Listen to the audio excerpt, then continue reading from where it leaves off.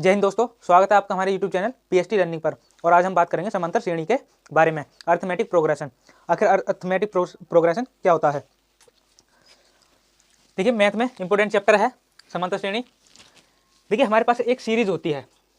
Series जैसे मान लीजिए हम जैसे A1 है, A2 है, A3 है, A4 है, ऐसे करके AN तक हमारे पास कोई सीरीज दे रखी है। अब देखिए, जिस श्रेणी में अंतर समान होता है, मतलब जिन श्रेणी के जो पद दे रखे हैं उनके बीच अंतर समान है, मतलब समांतर समान है, उसी क्या कहेंगे हम? समांतर श्रेणी। जैसे मान लीजिए एक श्रेणी मान लेते हैं 2, 4, 6, 8 ... AN तक।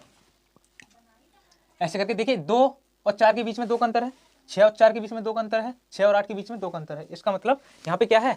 ये क्या है? समांतर श्रेणी है। जैसे अब देखिए D, जिसको हम क्या कहते हैं? डिफरेंस। D बराबर क्या होता है? A2 minus A1।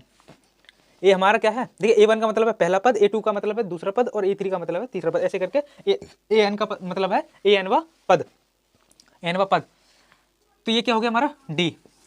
देखिए, D हमेशा लास्ट वाले को उससे पहले वाले पद में से घटाकर निकालते हैं। अब देखिए, जैसे समांतर श्रेणी का एक फॉर्मूला है, AN बराबर A plus N minus 1 into D। देखिए, AN का मतलब होता है nवा पद। अगर हमको कोई nवा पद, जैसे मान लीजिए ये श्रेणी है, इसका हमें 10वां पद चाहिए, या फिर देखिए एक होता पद और एक होता पद पर जो संख्या होती है, तो उसको क्या कहते हैं? nवा पद। तो nवा पद हमें कितना होगा, इसको निकालने के लिए ये फॉर्मूला है। तो देखिए, A क्या है? इसमें पहला पद है, और N क्या है? पदों की संख्या है, और माइनस 1 इंटू D क्या है? डिफरेंस है। जैसे अब ये सीरीज है, इसका हमें क्या चाहिए? 10वां पद चाहिए। क्या चाहिए? 10वां पद क्या होगा?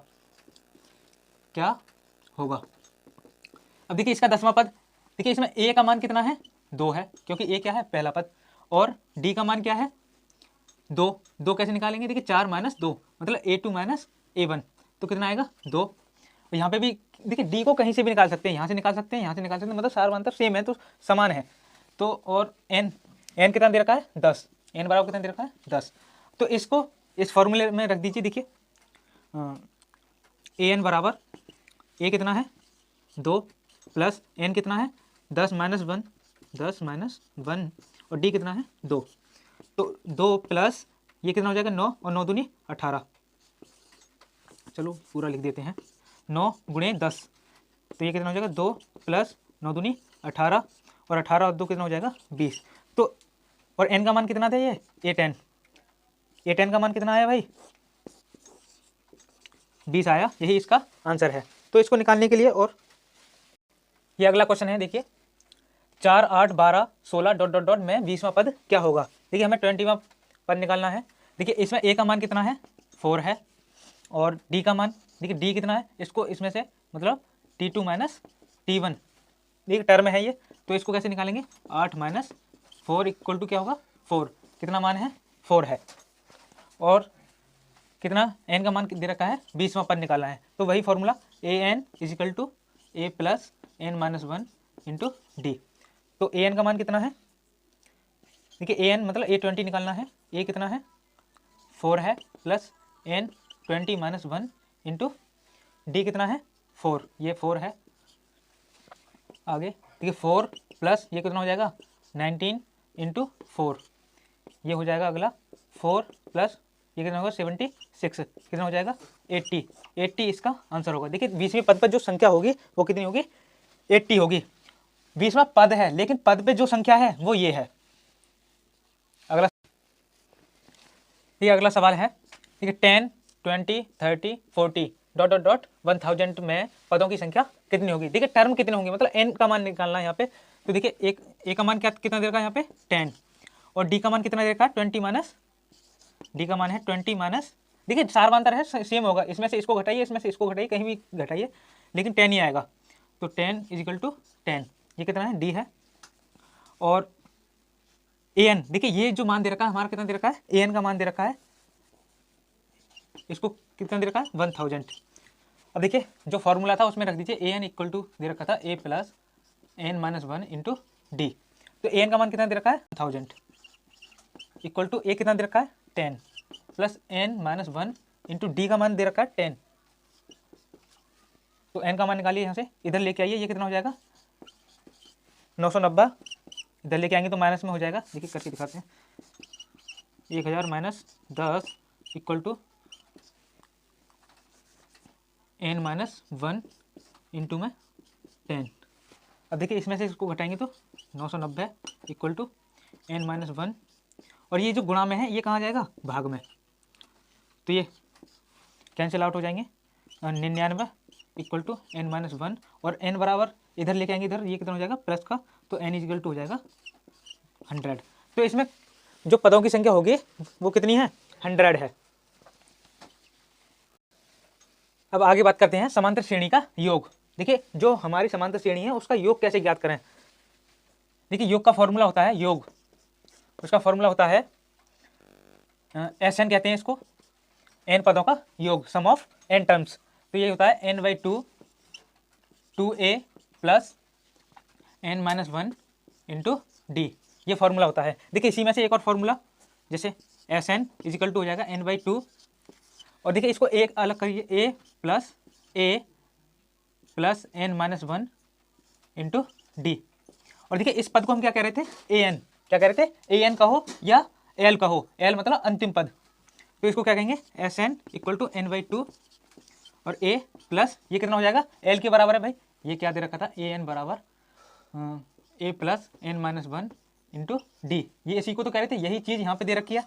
तो इसको एल, ए एन का मतलब एल ही होता है, तो इसको एल कहेंगे। तो ये फॉर्मूला होता है एस एन का, एक ये होता है, और इसमें से बन के ये आ गया।